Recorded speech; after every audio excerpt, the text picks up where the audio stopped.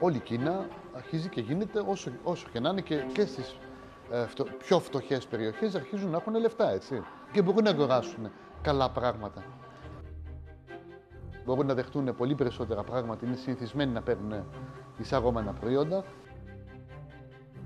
Γιατί είσαστε κιόλας έτοιμοι, όριμοι για να αγοράσετε ελληνικά προϊόντα και εισαγόμενα προϊόντα. Συνάντησα άτομα, αγάπησα τον τόπο σας και είπαμε αυτός ο χώρος δεν έχει ελληνικά προϊόντα. Καλά θα ήταν να μεταφέρω κι εγώ.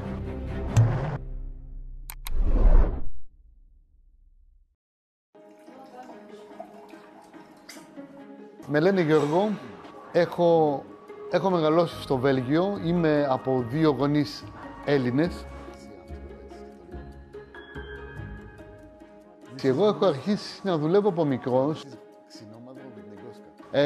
και μετά όταν πήγα πανεπιστήμιο παράλληλα δούλευα και άνοιξα τη δικιά μου εταιρεία στο πανεπιστήμιο.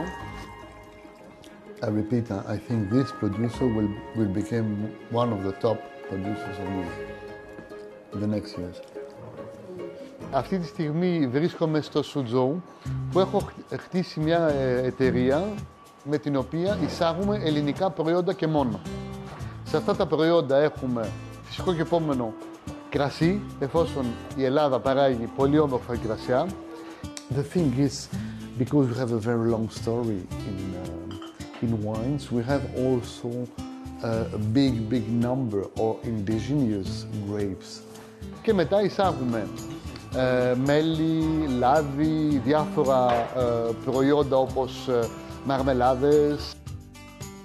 Τώρα φέρνουμε διάφορα, πώς τα λέμε αυτά, σαν chips τέλος πάντων, αλλά που είναι 100% gluten free και που είναι χωρίς πρόσθεση χημικών κλπ. Που είναι φανταστικά προϊόντα, θα τα έχουμε σε λίγους μήνες. Και εντάξει, προσπαθώ σιγά σιγά να φέρω ό,τι πιο υγιεινό προσφέρουμε στην Ελλάδα και να το μοιράσω με το κοινό στην Κίνα. Εμείς τα συντηρούμε σωστά τα πράγματά μας. Το λάδι είναι κάτω από 20 βαθμούς όλο το χρόνο. Δεν ζεσταίνει. Είναι όπως τα κρασιά. Εγώ πληρώνω 3,5 φορές πιο ακριβά στο τετραγωνικό μέτρο για να είναι όχι μόνο σε σωστή θερμοκρασία, αλλά πήγαμε και το ελέγξαμε και σε σωστή υγρασία. Για το κρασί θέλει σωστή υγρασία. Always good to see you. Hello, how are you? Thank you to be here tonight. It's an honor to have you all here. We will not boring you a lot with the wines. Και μου αρέσει το καλό το φαγητό και το καλό το ποτό, που σημαίνει ότι εντάξει, είχα τριγύρω μου φίλους που ήταν μάγειρες, που είχαν εστιατόρια κλπ. Γιατί όταν καθόμαστε σε ένα εστιατόριο είμαστε πιο cool, πιο relax.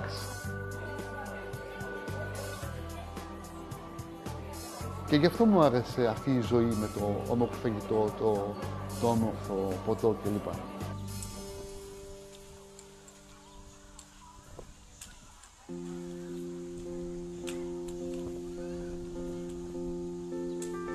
Γενικά η Κίνα έχει πανέμορφα μέρη παντού, σε όλη την Κίνα.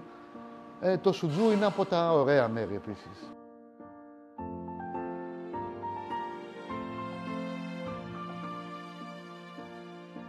Μου αρέσει μια Κυριακή και λοιπά που έχουμε λιγότερη δουλειά. Θα πάω να βγω έξω, να απολαύσω λίγο τη λίμνη, θα πάω από εδώ, από εκεί. Και θεωρείται το Σουτζού η Βενετία της Κίνας. Στο Σουτζού μου αρέσει γιατί έχει άπλα γενικά. Το καινούριο κομμάτι. Κατάλαβες, το Σουτζού είναι 2 κομμάτια. Είναι η παλιά η πόλη, που είναι πολύ γραφική, που είναι πολύ ωραία. Και είναι το καινούριο κομμάτι στο οποίο μένω, που είναι πιο βολικά τα πράγματα. Με ρώτησες γιατί μου αρέσει το Σουτζού. Ένα από τα κομμάτια που μου αρέσει είναι ότι έχει νερό. Και νομίζω ότι η κουλτούρα ελληνική είναι τελικά πολύ κοντά με την κινέζικη κουλτούρα.